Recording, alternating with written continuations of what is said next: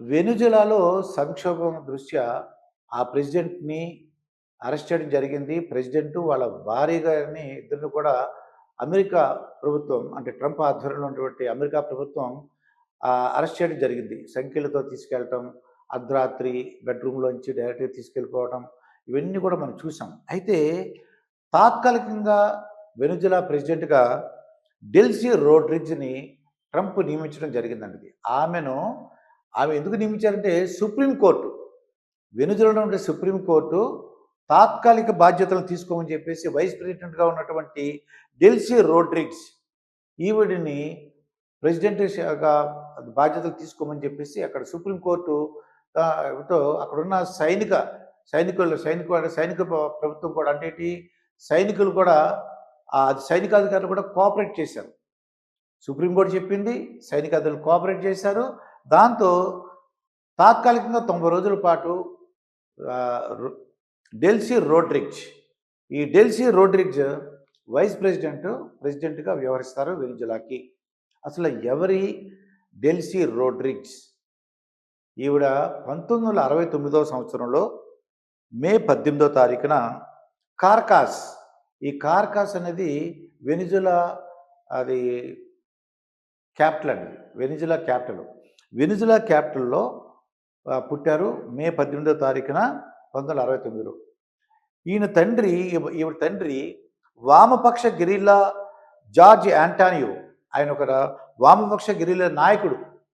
ఎవరి అసలు ఈ డెల్సీ రోడ్రిగ్స్? వీళ్ళ ఫాదరు పెద్ద నాయకుడు. ఇది వామపక్ష గెరిల్లా నాయకుడు జార్జ్ యాంటానియో. ఈ జార్జ్ యాంటోనియో కుమార్తె డెల్సీ రోడ్రిగ్స్.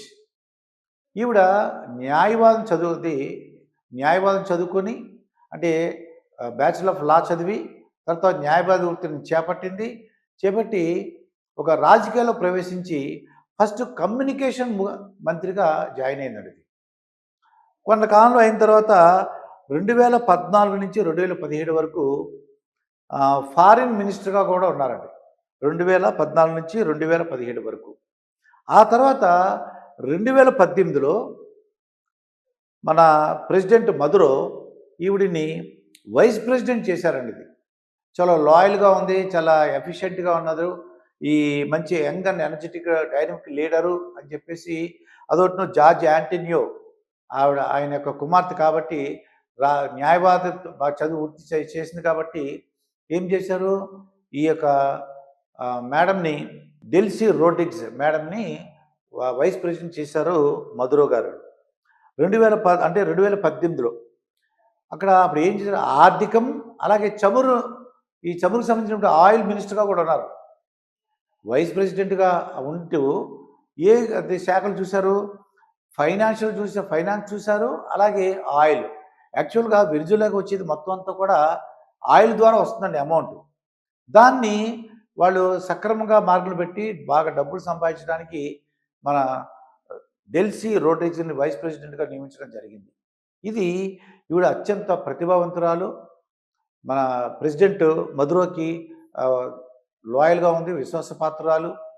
సుప్రీంకోర్టు కూడా ఈవిడ యొక్క శక్తియుక్తుల్ని అలాగే ఎఫిషియన్సీని అది దృష్టిలో పెట్టుకుని ఆ వైస్ ప్రెసిడెంట్గా తాత్కాలికంగా బాధ్యతలు చేపట్టమని చెప్పింది. దానికి సైనికాధికారులు కూడా కోఆపరేట్ చేశారు.